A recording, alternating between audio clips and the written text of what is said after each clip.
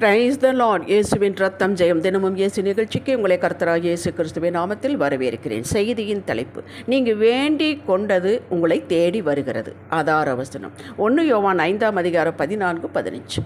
நாம் எதையாகிலும் அவருடைய சித்தத்தின்படி கேட்டால் அவர் நமக்கு செவி கொடுக்கிறார் என்பதை அவரை பற்றி நாம் கொண்டிருக்கிற தைரியம். நாம் எதை கேட்டாலும் அவர் நமக்கு செவி கொடுக்கிறார் என்று நாம் அறிந்திருந்தோமேயானால் அவரிடத்தில் நாம் கேட்டவைகளை பெற்றுக்கொண்டோம் என்று அறிந்திருக்கிறோம். கிறிஸ்துவுக்குள் அன்பானவர்களே, ஒரு ஜெபம் செய்வோம். தகப்பனே, இந்த செய்தி இன்று மக்களுடைய கண்களை திறக்கட்டும், அவருடைய நம்பிக்கை வரட்டும், பெற்றுக்கொள்வோம் என்று நிச்சயம் பிறக்கட்டும். இயேசுவின் நாமத்தில் பிதாவே. ஆண்டவருடைய மக்களாகிய நாம் இயேசுவை பற்றிய அறிவு தகவல்கள் ஏராளம் சிந்தையில் வைத்திருக்கிறோம். தினமும் வேதம் வாசிக்கிறோம். ஞாயிறுதோறும் அவரை பற்றிய பிரசங்கங்கள் கேட்கிறோம்.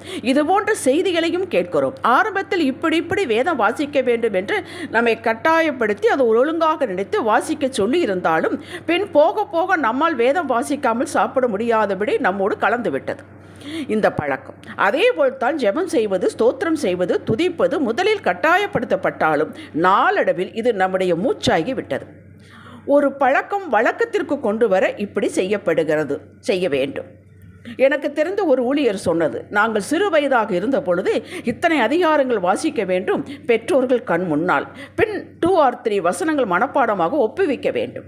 அப்படி செய்தால் மட்டுமே பால் ஊற்றின காஃபி கிடைக்கும், இல்லாவிட்டால் பிளாக் காஃபி. இன்று அவரை மிகவும் வல்லமையாக கர்த்தர் பயன்படுத்தி வருகிறார். அப்படி வளர்ந்தவர். எந்த நல்ல பழக்கங்களும் முதலில் இப்படி ஒரு கண்டிஷன் போட்டு பயிற்சி கொடுப்பது நல்லது. பெரியவர்களாக நாமும் கூட நாமே சில கண்டிஷன்களை நமக்கே போட்டுக்கொண்டு நாம் பயிற்சி எடுத்துக்கொள்வது நலம்.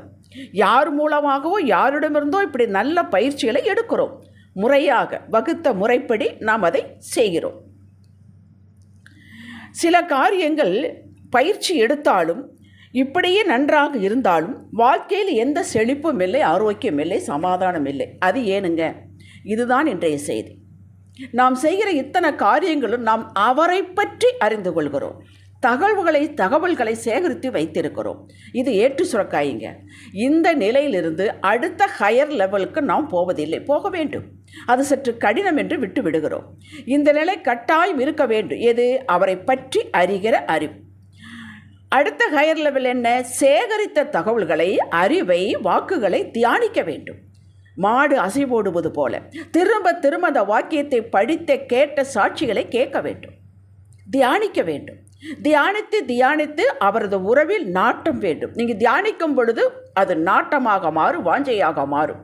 எப்படிப்பட்டவர் என்பதை படித்து கேட்டு தெரிந்து கொள்வதை அவரை பற்றியது.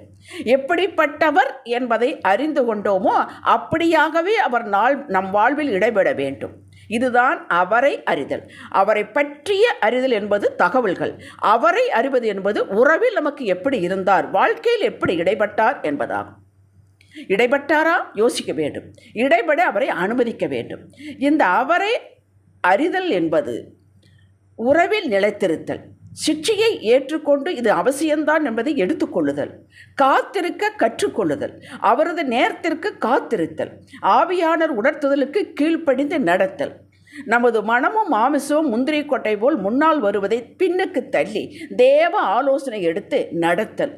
இதுதான் உங்களையும் என்னையும் அவருடைய எல்லா ஆசீர்வாதங்களையும் பெறச் செய்யும் அவரை அறிகிறதாகும். இதற்கு விசுவாசம், பொறுமை, என்ன நடந்தாலும் சரி நான் கீழ்ப்படிவேன் என்ற வைராக்கியம் அவசியம். இதைத்தான் 1 யோவான் 5:14-15 வசனங்கள் வலியுறுத்துகிறது. கர்த்தரை பற்றிய அறிவு என்பது என்ன?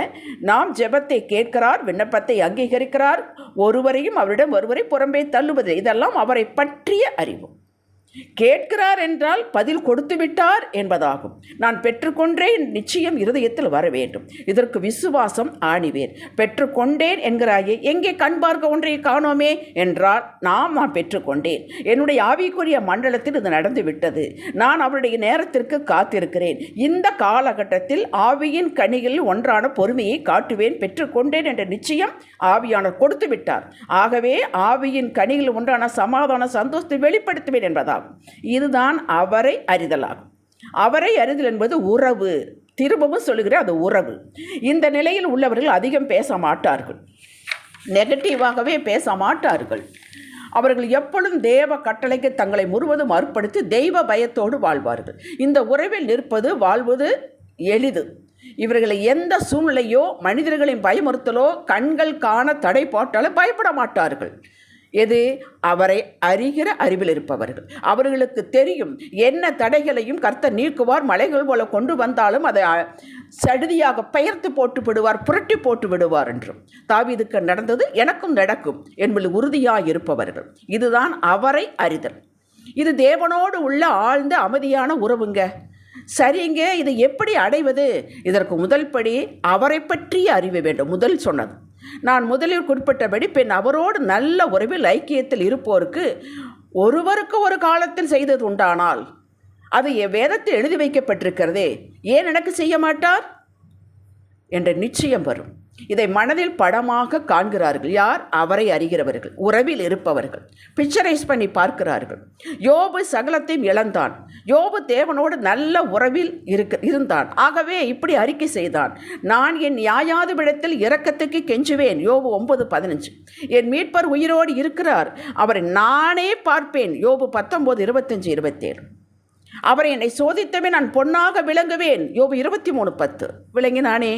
தாவீது தன்னுடைய ஆத்துமாவோடு பேசினார். என் ஆத்துமாவே, நீ ஏன் கலங்குகிறாய்?